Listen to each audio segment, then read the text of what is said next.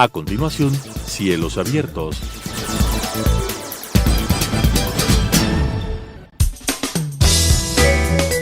Clasificación B, bajo supervisión de un adulto.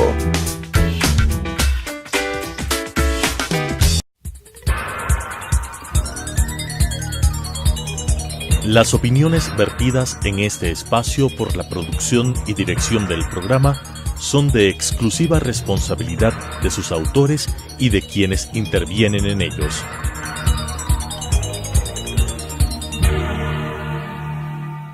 Telesucesos Canal 29 UHF presenta Cielos Abiertos, un programa relacionado con la conectividad aérea, la situación de la aviación en el Ecuador, los problemas y soluciones que se presentan en la industria, la historia y el futuro de la aviación, con la conducción del doctor Marco Subía. Cielos Abiertos. Bienvenidos a este nuevo programa de Cielos Abiertos. Siempre es un gusto contar con su presencia. Recuerden seguirnos a través de nuestro Twitter, @CielosAvier.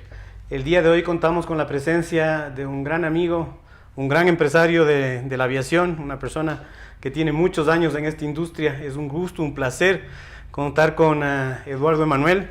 Él fue presidente de Ecuatoriana, gerente de Saeta, trabajó en Bari, trabajó en muchas aerolíneas, así que yo estoy seguro que el tiempo nos va a quedar cortísimo para conversar todo lo que tenemos que conversar con Eduardo. Eduardo, bienvenido, gracias por aceptar la invitación. Muchas gracias, Marco, igual un enorme placer estar aquí. Eduardo, como dije, el tiempo nos va a quedar corto. Usted es un hombre de aviación de muchos años, ha pasado por muchas aerolíneas y ha visto cómo se desarrolla la aviación en el Ecuador durante más de 40 años, entiendo yo. Cuéntenos cómo ve la situación actual de la aviación en el país. Bueno, gracias nuevamente, Marco. Una aclaración, este año son 50. Mire usted, me quedé corto. Algunos no nacían todavía cuando yo ya había empezado por ahí. Su pregunta muy pertinente. La aviación en el Ecuador no se la puede ver única y exclusivamente como qué es lo que pasa en Ecuador. Desde que los aviones traspasaron fronteras, la aviación es una actividad global. Lo que pasa en un vuelo hoy día en el aeropuerto de Newark, en Estados Unidos, tiene repercusión a lo que esté pasando en el aeropuerto en Bombay. De tal manera que tenemos que analizarlo más desde el punto global de la industria y decir que el Ecuador tiene oportunidades. Dentro de las últimas estadísticas de la IATA, pronostica, por ejemplo, ciertos crecimientos muy ínfimos a nivel de la industria mundial, pero pone a América Latina en términos general como región con una expectativa de crecimiento muy interesante. De tal manera que si Ecuador está inmerso dentro de la actividad en la región y participa de la novedad de la actividad en la región, definitivamente tiene enormes oportunidades. Eduardo, usted ha mencionado una palabra clave, oportunidades. La semana pasada le tuvimos acá a Marisabel Real y nos contaba de cuáles fueron los crecimientos del aeropuerto de Quito específicamente, que es el que más tráfico maneja, largamente el que más tráfico maneja en el país. Y nos daba unos datos que eran un tanto preocupantes. Decía que el año 2014, si mal no recuerdo, el 2014 fue el año que más pasajeros se movió, y el 2015-2016 hubo caídas abruptas. El 2017 en el tráfico internacional hubo una recuperación marginal y el tráfico doméstico cayó, pero en promedio hubo un incremento mínimo de alrededor del 2%, 2 punto algo por ciento. Usted mencionó que las proyecciones de América Latina y del crecimiento a nivel mundial de la aviación va hacia adelante, y América Latina es uno de los principales mercados que está creciendo, digamos así. ¿No será que lo que está pasando es que ese crecimiento a nivel global nos está jalando, pero acá específicamente en Ecuador, por lo que vemos de los números, por lo que palpamos, no se está dando un crecimiento real? Es decir, simplemente estamos siendo jalados por la tendencia mundial, porque vemos Lima, vemos Bogotá, que tienen crecimientos de 2 dígitos, muchos de ellos, pero acá nada. Cuéntenos usted cómo ve, qué cree que está pasando. Nuevamente, Marco, el problema de la actividad de la industria aérea y desde el punto de vista comercial, crecimientos, decrecimientos, estancamientos, etcétera, tienen mucho que ver con la condición del entorno económico alrededor de la actividad. ¿Qué ha ocurrido en el Ecuador en particular? Haciendo abstracción un poco del tema regional internacional, basémonos en el tema doméstico. Hace 10 años, Ecuador tenía el servicio doméstico casi, hablando en cifras más o menos, un 30% más de oferta de asientos en el mercado. 30% más de oferta. Del que tiene hoy día. 10 años después, la oferta de asientos en el ámbito doméstico se redujo casi un 30%. Ahora usted me dirá, bueno, no hay pasajeros, pero empezamos a ver entonces lo que es un ciclo vicioso o virtuoso. Si empieza por reducir la oferta mientras una demanda se mantiene estable, quiere decir que la presión de la demanda sobre esa oferta reducida al mantenerse, pero es muy fuerte la presión. ¿Qué pasa cuando hay una presión fuerte de la demanda sobre la oferta? Los precios suben. Y eso empieza a crear un círculo, en este caso, muy pernicioso. Suben las tarifas, baja el tráfico.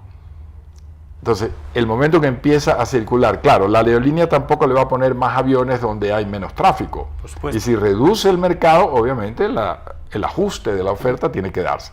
Pero ¿quién empezó, llamemos así, este juego un poquito, yo lo llamo tramposo, de reducir la oferta mientras una demanda estaba estable? Fueron las líneas aéreas. Y aquí es donde viene, ante una queja que es casi generalizada, Marco, las tarifas en Ecuador son muy caras, las tarifas en Ecuador son increíbles, comparan una tarifa de 300, 400 dólares en un tráfico doméstico con una tarifa transatlántica, etcétera, etcétera. Y yo digo, sí, yo soy, por lo menos he sido uno de los promotores históricamente de la liberalización del mercado. No puede haber controles tarifarios, no pueden haber regulaciones que tiendan a impedir el desarrollo normal y crecimiento normal, tanto de mercados como de actividad. Pero, ¿qué es lo que está ocurriendo? Que a quién le corresponde, en todo caso, no controlar tarifas ni regular tarifas, pero controlar oferta, es a la autoridad, pues. A usted le consta, Marco, porque usted y yo hemos estado, si bien no del mismo lado de la mesa en algunas circunstancias, pero usted de un lado y yo del otro, no voy a decir cuál, pero las ofertas de las aerolíneas que incursionan en el mercado, como nuevas, como que vienen a ofrecer un servicio, le hablan de las bondades espectaculares, de las rebajas de tarifas, de que vamos a tener millones de turistas, que vamos a desarrollar mercados domésticos no tradicionales. Había una aerolínea que decía que iba a volar a tales horas que iba a competir con el transporte terrestre entre Quito y Guayaquil. Y ante esas circunstancias, la autoridad cede, porque es una postura positiva para el país y por ende cede a estas solicitudes. Pero pasa un tiempo y la autoridad afloja, y la autoridad ya no controla que esa aerolínea me pidió 17 frecuencias diarias entre Quito y Guayaquil, y hoy día opera 5. ¿Y qué pasó con las 12 restantes? Simplemente las quitó del mercado. ¿Qué pasó en los vuelos internacionales? Exactamente igual, dentro de otra proporción. Aerolíneas que dejaron de volar, aerolíneas que rebajaron su número de frecuencias a la semana, aerolíneas que a través de los códigos compartidos redujeron la oferta real. La oferta virtual se mantuvo o creció, pero la oferta real se disminuyó. Entonces, todas estas cosas terminan haciendo que el Ecuador, desde el punto de vista de la actividad, se afecte con una reducción de tráficos, con una reducción de aerolíneas, con una reducción de volumen. Pero lo que usted menciona también se da en nuestros países vecinos con los que me quiero comparar. Colombia, Perú, también tienen códigos compartidos. También tienen la entrada y salida de aerolíneas.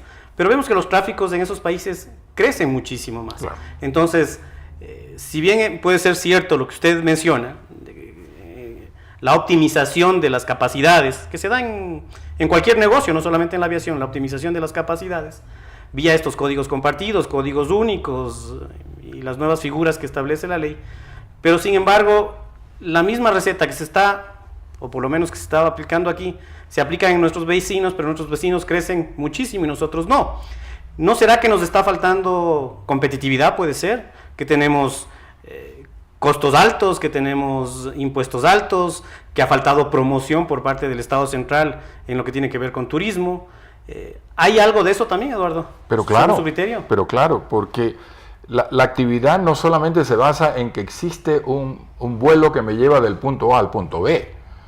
También significa la actividad si yo en el destino tengo servicios adecuados, si tengo costos para el turista adecuados, si los hoteles tienen tarifas razonables dentro del mercado. Entonces, todo ese tipo y conjunto de elementos son los que o hacen crecer la actividad o la estancan o la afectan. Voy a ponerle otro ejemplo sencillo, y usted acaba de tocar casos como el de Colombia, y acaso puede ser el caso de Perú. La oferta supera en un cierto nivel a la demanda. ¿Pero por qué? Porque ¿Qué se ha dado? ¿Por qué en Perú y en Colombia sí la oferta supera la demanda y en Ecuador no? Porque la autoridad peruana y la autoridad colombiana sí tienen control sobre las ofertas. Porque las ofertas de servicios aeronáuticos también tienen mucho que ver en el tema.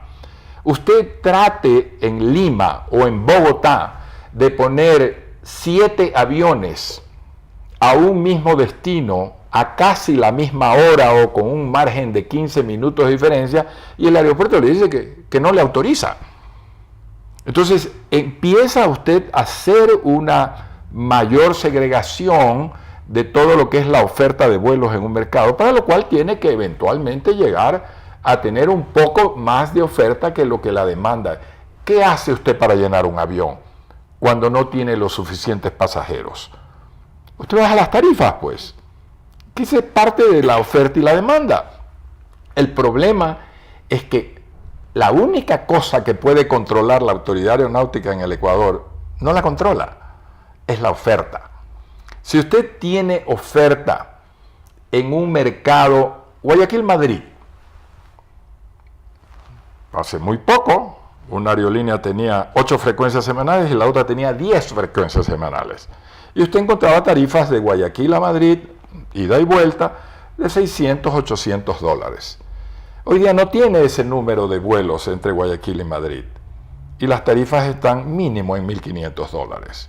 Que las ofertas que hay de mercado, que usted mejor que nadie conoce, que son ofertas de enganche, que hay unas tarifas súper rebajadas, pero tienen el control del número de asientos que pueden acceder a ese tipo de tarifas, y el resto van a tarifas descomunales. De tal manera que vuelvo a mi postura, que es mientras los operadores restringen la oferta, las tarifas suben.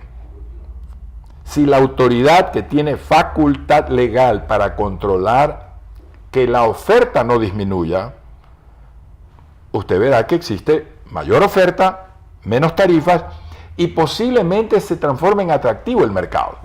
¿Por qué? Porque ahí empezará a crecer. Cuando un ejecutivo hace normalmente a tarifas razonables, hace 10 años, tarifas de $120, $130 en el Quito, Guayaquil-Quito, hacía 3 vuelos semanales por negocios, hoy día a lo sumo hace 1, con tarifas de $300. De tal manera que el número de cabezas o de cuerpos en un avión, no importa que se llame con el mismo nombre y apellido el pasajero, pero es el número de cuerpos en un avión, es lo que determina la bondad o no de un negocio. Si van a ver 3 veces el señor XX en la semana, para mí son 3 pasajeros. Entonces yo ya tengo opción de pensar en incremento de vuelos? Eduardo, gracias. Lo que le estaba mencionando, el tráfico doméstico ha caído acá. Mucho, por lo menos el año pasado. Y los años anteriores también, el 2010, desde el 2012, que se eliminó el subsidio de combustible, viene cayendo. Pero el año pasado nuevamente se dio una caída un poco más pronunciada de lo que al parecer ya había topado fondo en el 2016, 2015-2016. Esto, de acuerdo a la información que tenemos, se debe a la crisis que ha pasado TAME. Usted estuvo de asesor de TAME hace un par de años. ¿Cómo ve el estado de TAME? ¿Cómo ve las medidas que está tomando? ¿Qué está pasando con TAME? TAME era el mayor operador de tráfico doméstico en el país, claro, y una crisis en la mayor aerolínea afecta obviamente a la demanda, afecta al usuario. Si bien las otras dos aerolíneas, Avianca Ecuador y LATAM, han tenido crecimientos, pero de ninguna manera llegan a rellenar el hueco, el vacío que ha dejado TAME por su crisis. ¿Usted ve que tenga alguna salida TAME? ¿Usted ve que sea rescatable? ¿Qué pasó con TAME? ¿Cuál es su punto de vista? Voy a hacerlo por afición a un deporte, en analogía. Este es un equipo de fútbol. TAME es un equipo de fútbol que tiene la mejor defensa del campeonato nacional. Y de repente decide vender a la defensa que tiene para comprar a dos delanteros.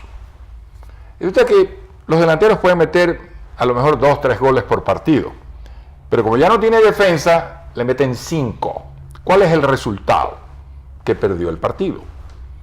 TAME, en mi modesta opinión, y no fue parte de ningún asesoramiento mío, ni a favor ni en contra, porque tengo entendido que eso fue una disposición gubernamental, decidió de la noche a la mañana transformarse en la gran aerolínea internacional del Ecuador. Compró 3 delanteros, pero para comprar 3 delanteros vendió a los defensas. Abandonó el mercado doméstico. Lo abandonó en el sentido figurativo de que ya no era su prioridad, ya no era su atención prioritaria. Ya su atención prioritaria eran mercados internacionales. Competir con buenos competidores como es LAN Ecuador y como es en esa época Aerogal, hoy Avianca Ecuador, era más o menos una cosa de el mismo nivel boxístico. Pero ir a competir en mercados internacionales con aerolíneas que tienen infraestructuras de costos gigantescas que le permite abaratar ciertos rubros de costos en rutas, como otras que tenían lo que TAME tenía aquí de una base sólida de servicio doméstico, habían otras que tenían eso más bien en sus países de origen. Una American Airlines, una Delta, una United, la misma JetBlue, eran fortalezas en sus mercados y TAME, modestia, pero es una aerolínea pequeña, se vaticinaba ya un grave problema dentro de esos mercados internacionales. Entonces, eso se lo traigo para que más o menos veamos qué fue lo que pasó. Ahora, ¿qué es lo que puede pasar? Yo diría que TAME tiene una salida. Si es que basado en el análisis y diagnóstico que yo le acabo de hacer, los señores directivos de TAME toman la decisión, que es volvamos a la base. Como dicen los expertos en aviación, volvamos a lo básico. ¿Qué fue lo que hizo a TAME una empresa rentable, eficiente, capaz de enfrentar a sus competidores dentro del país? El tráfico doméstico. Pero hoy día, por tener un avión que va a Nueva York, o un avión que va a Fort Lauderdale, o un avión que va a Caracas, donde pierde hasta la camisa, descuida, en cierta manera, un tráfico local. Prefieren poner un ATR 42 de 48 asientos en un Quito-Guayaquil-Quito, que es justamente lo que estamos hablando, tiene necesidad de mayor oferta y ponen un 319 o un 320, que son 120, 140 asientos, a volar a Lima o a volar a Venezuela, lo cual pues definitivamente los resultados a las claras es que esa no es la solución. Pero desde su punto de vista, si el día de mañana le dicen a usted, señor Emanuel, tiene tanta experiencia en la aviación, usted ha manejado tantas aerolíneas, tiene 50 años de trabajo en esta industria, hágase cargo de TAME. Usted ha visto las medidas que está tomando la nueva administración, a mi modo de ver acertadas, en la reducción de costos, en la reestructuración de la flota, en la reestructuración de rutas, que es algo que se debía hacer. Desde su punto de vista, ¿esas medidas van a dar su fruto rápido? ¿Usted les ve como acertadas? ¿Qué haría? ¿Qué haría si estaría en sus manos el administrar y rescatar TAME? A ver, a su primera propuesta, que la entiendo más que oficial, cariñosa, le digo que mi esposa y mis hijos y hasta mis nietos se opondrían, ¿no? Pero haciendo el ejercicio, yo le diría que no. Las medidas que está tomando TAME hoy por hoy no creo que sean las que le ayuden a salir de la crisis. Es posible que en un proceso de más largo plazo, si se avecina una crisis o se vislumbra un cambio de reglas del juego en los mercados de aquí a 5 años, es posible que en estos momentos nos sentemos a diseñar un plan estratégico a 5 años plazo. Pero yo creo que no hay ese tiempo. Entonces, las medidas que están tomando para mí son de mediano y largo plazo de la aviación. Y lo que se necesita son medidas drásticas de corto plazo. Y fíjese que en la aviación, cuando hablamos de corto, mediano y largo plazo, en términos relativos, son muy diferentes de lo que se habla en cualquier otra industria o cualquier otra actividad. De corto plazo es de aquí a 1 año. De mediano plazo es de aquí a 5. Y de largo plazo es de aquí a 20. Porque la industria camina con esos plazos en materia de estrategias empresariales. Entonces, si nosotros hablamos de aquí a 1 año, lo que está pretendiendo también no es factible. Y le voy a poner un solo ejemplo dentro de todo el tema. Si usted quiere devolver mañana el avión 330, porque dice ya no quiero volar a Nueva York, me voy a dedicar a lo básico, que es volar doméstico, voy a devolver el avión 330. Los que hemos pasado en algún rato, por lo menos, por el mecanismo de hacer un leasing de un avión para incorporar a la flota, o por mala suerte tener que devolver un avión que ha estado en leasing, sabemos que esa es una negociación que fácilmente, más allá del costo involucrado, puede durar entre 12 y 18 meses. Yo, para devolver un avión anticipadamente, con el menor efecto económico negativo posible, tengo que planearlo por lo menos entre 12 y 18 meses de anticipación. Entonces, si usted se da cuenta que si me está hablando de tomar una medida solo de devolución de avión, ya está usted enfrascado en un tiempo mucho más allá del que le obliga la crisis que tiene TAME. ¿Qué es lo que yo haría? Si usted me dice a mí, bajo el ejemplo de esta propuesta que usted me hace de trabajo, yo le digo a usted, lo primero que haría, y sé que cuesta, y cuesta no solamente desde el punto de vista del bolsillo, sino que cuesta desde el punto de vista emocional, sentimental, etc. TAME, para poder operar eficientemente, tiene que no tener, escúcheme bien, Marco, con todo el respeto, no tener más de 500 empleados. Cuando ahí me hablan a mí que vamos a reducir 230, 60, 120, volvemos al tema de que estamos jugando al carnaval. TAME, para ser eficiente en una operación doméstica y hasta la internacional, sobre la cual se puede hacer contratación de terceros, en lo nacional no debería operar con más de 500 empleados. Saque las cuentas de que el saldo que tiene, que tengo entendido serían como a 1.200 o a 1.300 empleados, está hablando entre 700 y 800 empleados. Salarios que tiene TAME que deben estar con cargas y todo lo demás de beneficios sociales entre $1.500 mensuales promedio. Usted está hablando de que tiene Un pasivo laboral grande. Una cifra considerable que puede significar muchísimo ahorro, más allá de cortar esta ruta o más allá de cortar el sándwich y la Coca-Cola que le daban en el avión. De tal manera que si hay medidas, hay medidas. Para salir de la crisis en términos de plazo corto, pero tienen que ser medidas drásticas. A cortar muchas, bueno, Así se dice, muy dolorosas. Eduardo, le voy a hacer una pregunta que seguramente va a afectar su nacionalidad. Nacionalidad, porque usted es guayaquileño. Sí. Vive hace muchos años en Quito. 34. 24 años en Quito. Vivió una gran parte de su vida también en Guayaquil. Y Guayaquil está empeñado, tiene los planes de construir el nuevo aeropuerto de Daular.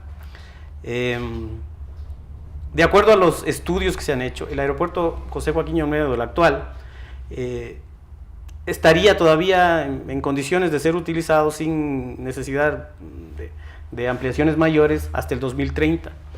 Pero a pesar de eso, la alcaldía de Guayaquil está empeñada en la construcción del aeropuerto de Daular. Al parecer tienen ya una buena parte de los fondos y se va a construir. Hay preocupación por el lado de las líneas aéreas, hay preocupación por el lado de la IATA, de ALTA, de las asociaciones internacionales, que esta construcción de este aeropuerto, que va a ser bastante más grande, conlleve a una reducción del tráfico, sí, porque ya no va a estar lo mismo que pasó con Quito en su momento, ya no va a estar en la ciudad, va a estar más lejano, y por otro lado el costo que va a tener para las aerolíneas seguramente y para el usuario de operar en un nuevo aeropuerto que cuesta mucho más, va a ser mayor. ¿Usted cree que se requiera en este momento un aeropuerto en Guayaquil como el que se tiene planificado, que se habla de 2 pistas, se habla de una infraestructura inmensa? ¿Cree que es necesario en este momento ese aeropuerto? Y de darse, porque ya estamos como usted decía, los plazos en aviación, de aquí a 6, 7 años que estaría supuestamente listo. El aeropuerto a mediano plazo ya estaría funcionando, de lo que dicen. Y sí hay una preocupación en la industria por la construcción de este aeropuerto, que no lo vemos como necesario, por lo menos las aerolíneas no lo ven como necesario, la industria no lo ve como necesario todavía, porque el aeropuerto actual está funcionando bien, está en la ciudad, tiene costos adecuados para el pasajero, y no le veo inconveniente desde ese punto de vista, tiene una buena infraestructura. Pero díganos de su experiencia, ¿qué piensa de este proyecto de Guayaquil? ¿Se necesita, no se necesita? ¿Sabe que para empezar le tengo que decir que no arriesgo mi nacionalidad? Pero sí concuerdo con usted y con la preocupación generalizada. El aeropuerto de Guayaquil de aquí a 5 años no logra todavía generar un volumen de tráfico que justifique un cambio de esa naturaleza. Cuando usted habla de la zona de Daular, Chongón Daular, usted está hablando casi que trasladar los costos de infraestructura básica que requiere un aeropuerto a un sitio nuevo. Por ende, no es, como mucha gente cree, que es hacer una pista y un terminal. Esto es hacer una ciudad. Los aeropuertos hoy por hoy se consideran que son casi que una ciudad en miniatura. Y eso implica, obviamente, un costo muy alto. La preocupación es válida de lo que usted me dice, las aerolíneas, los operadores, las eventuales circunstancias que involucren a la IATA en el análisis, de que eso lo van a terminar de pagar los usuarios. Cuando decían las aerolíneas, sí, las aerolíneas tenemos una elevación de costos, usted sabe, Marco, perfectamente bien que esto es una cadena. Cuando el gobierno le pone impuestos a una aerolínea, la aerolínea lo traduce a costo. Y cuando lo traduce a costo, lo transfiere al usuario a través de tarifa. Y tarifa con rédito, pues no es costo por costo. Yo creo que si hablamos de que el Ecuador hoy por hoy es un país caro para atraer turistas, hombres de negocios, etc., es caro para el movimiento de tráfico doméstico. Si usted le pone un aeropuerto, por lo menos de lo que yo he escuchado, he leído, de las dimensiones de las que hablamos del aeropuerto de Guayaquil, estaríamos hablando que es un aeropuerto casi el doble de tamaño del aeropuerto de Quito. Si el aeropuerto de Quito tuvo una afectación muy gravosa en los costos operativos de las aerolíneas y por ende la cadena trasladó eso al usuario con tarifas más altas, imagínese usted lo que significaría un aeropuerto de esa naturaleza de Guayaquil, lo cual la afectación es inminente. Yo pienso que el aeropuerto de Guayaquil hoy por hoy satisface plenamente, no solamente desde el punto de vista comercial y de estructura de costos, sino desde el punto de vista operacional.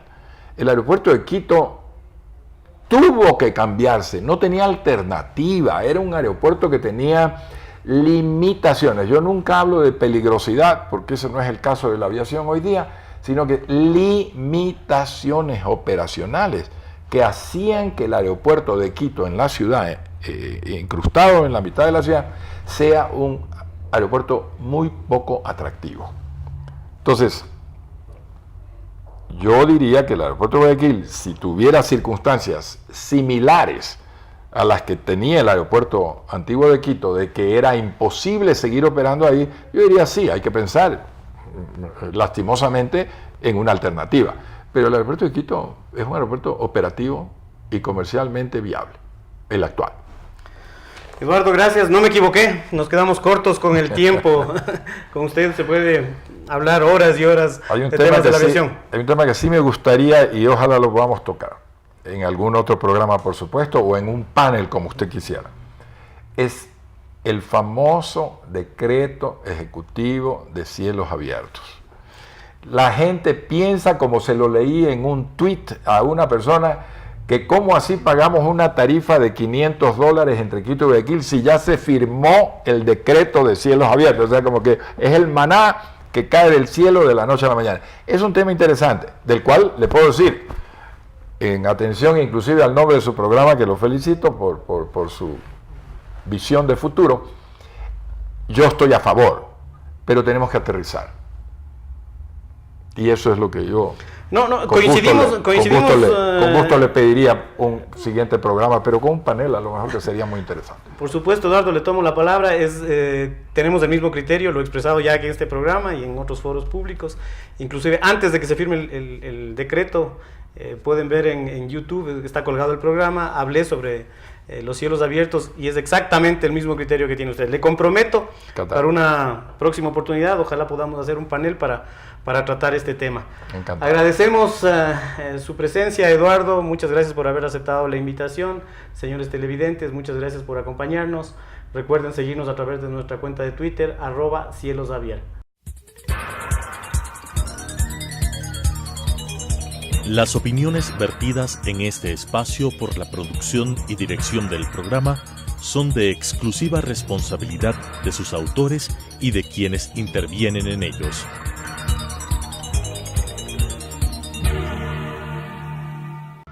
Telesucesos Canal 29 UHF presentó Cielos Abiertos, un programa relacionado con la conectividad aérea, la situación de la aviación en el Ecuador, los problemas y soluciones que se presentan en la industria, la historia y el futuro de la aviación, con la conducción del Dr. Marco Subía. Cielos Abiertos.